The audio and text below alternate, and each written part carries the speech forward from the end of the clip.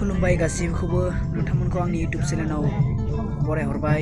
दायो जोङो थांगासिनो सापागुरि ककलाबारि दख'रायाव बेवहाय हाई सेकेन्डारियाव टप 10 मासियाव उन्नानै फरायसाफोरखौ बरायदों। दायो जोङो मौरिपारा दख'रानिफ्राय बेवहाय बाहागो लाहैनो थांगासिनो दं।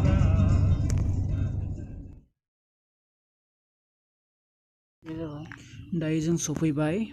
मिटिंआ एबसु अफिसनि फ्रन्ट साइडथिं जादों।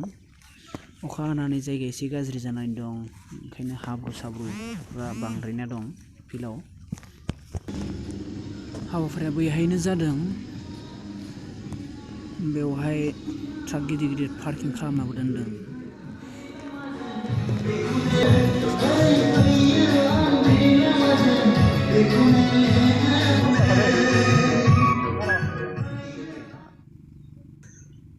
दायो जों बायजोआव दं। मिटिं हलनिफ्राय एसे बायजोआव फैदों, मानो होनोब्ला मिटिं हलाव जोबोद गरम जादों आरोना। फेन होदोंब्लाबो फेना गुसु थान्दा खालामनो हायाखै। नैबेयाव जोबोद बार नांदों। बेवहाय गारि पार्किंबो खालामनानै दोनदों। मिटिंआ जागायनायनि लामायाव, ओंखायनो जों मिटिं हलाव फैफिनबाय। दा बिथाङा पायनारि एकाडेमि बरमानिफ्राय गासै नामनिफ्रायनो बे समाव आङो गोबाव खालामना लाखिदों। आलारि फोजोंनाय बड'फा उपेन्द्रनाथ ब्रह्मनि मुङाव आलारि फोजोंनाय हाबाफारिखौ आङो मावफुंनानै लाबोनो सानबाय। दा बे हाबाफारिखौ मावफुंनानै होगोन मोनसे समनि बरपेटा जिल्ला दुलाराय बर' फरायसा आफादनि बारग' आफादगिरि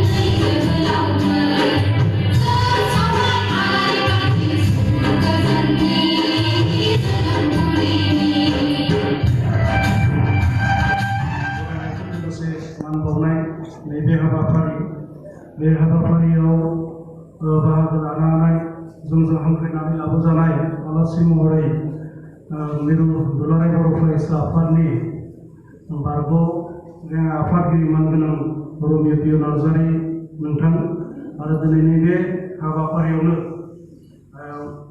दिनैनि बे हाबाफारिनि जोंनि गाहाय आलासि रमिय' पि नार्जारि बिथां सारखौ गावनि सिनायथिखौ लानो थाखाय खावलायबाय।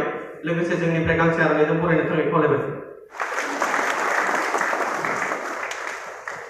बिथाङा मेनलि IIT आव सिट मोनदों। सासेया जाबाय मृदुल बर', बिथाङाबो जधपुर IIT आव बिथाङा सिट मोनदों। दा बिथां सानैखौ जोङो बरायग्रोनानै लागोन। जौसाङाव जिरायनो हानाय साफ्रोमबो आलासि सार बिथांमोन, बरायजानो गोनां साफ्रोमबो फरायसा फरायसुलि, बिथांमोननि बिमा बिफा आरो दुलाराय बर' फरायसा आफादनि साफ्रोमबो बिबानगिरि लोगोफोर, एडमिसन मोननो हानाय नैबे सानै फरायसाफोरखौ गिबियावनो बिफा महेश्वर बर', बिमा प्रमेश्वरी बर', गामि बरफोथार बेलगुरि खावलायनाय जाबाय।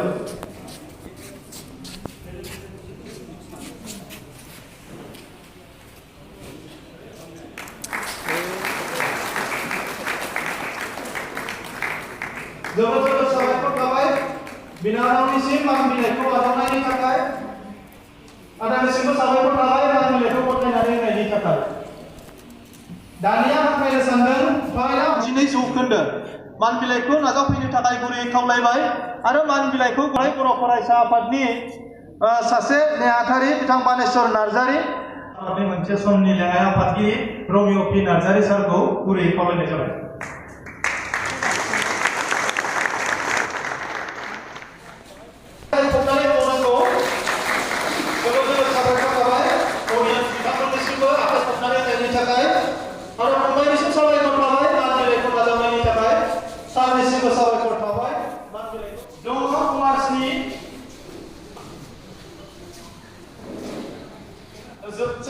गलाघाट डिस्ट्रिक्ट एबसु मानगोनां बिथांखौ मान बिलाइखौ गथायनो थाखाय गुरै खावलायनाय जाबाय।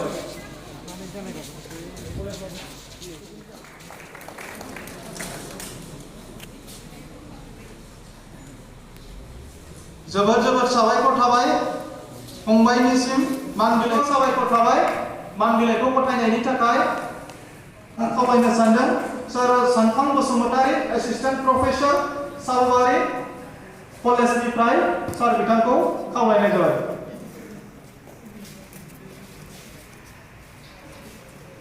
जोबोद जोबोद साबायखर थाबाय राहुल बर' बिथांनिसिम मान बिलाइखौ नाजावनायनि थाखाय सार बिथांनिसिमबो साबायखर थाबाय मान बिलाइखौ गथायनानै होनायनि थाखाय। बेनि उनाव आङो लिंहरनो सानदों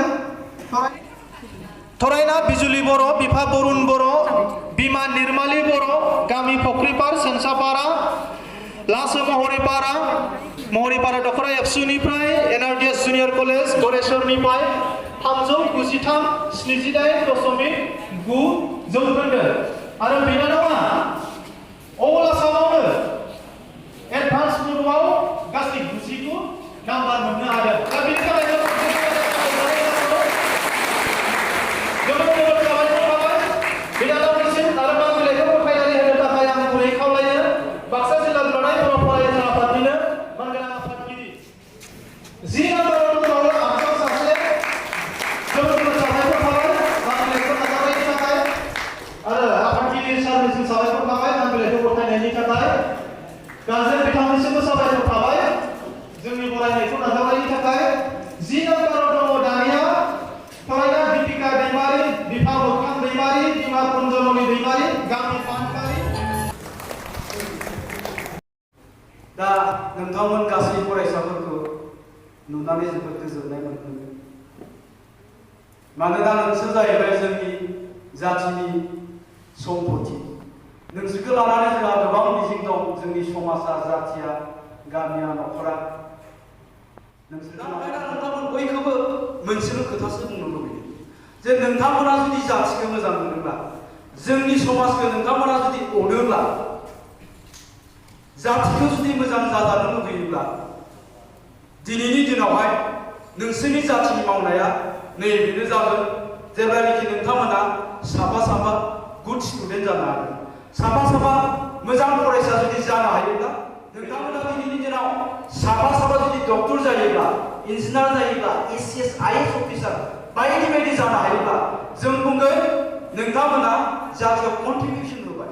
आरो दिनै जों नोंथांमोनखौ जातिखौ मोजां मोनो होननायनि उनावहाय आरो नोंथांमोना गावखौनो आं जातिखौ मोजां मोनो होननायनि उनावहाय जुदि नोंथांमोना जोंनि गेजेरनिफ्राय साफा साफा ड्राग्स एडिक्टेड जायोब्ला, जौ फाग्ला जायोब्ला, गान्जा सोबग्रा जायोब्ला, डेन्ड्राइट सोबग्रा जायोब्ला बियो खिन्थु नोंथांमोना जातिखौ मोजां मोननायनि उनावहाय जातिखौ धंस खालामनाय जागोन।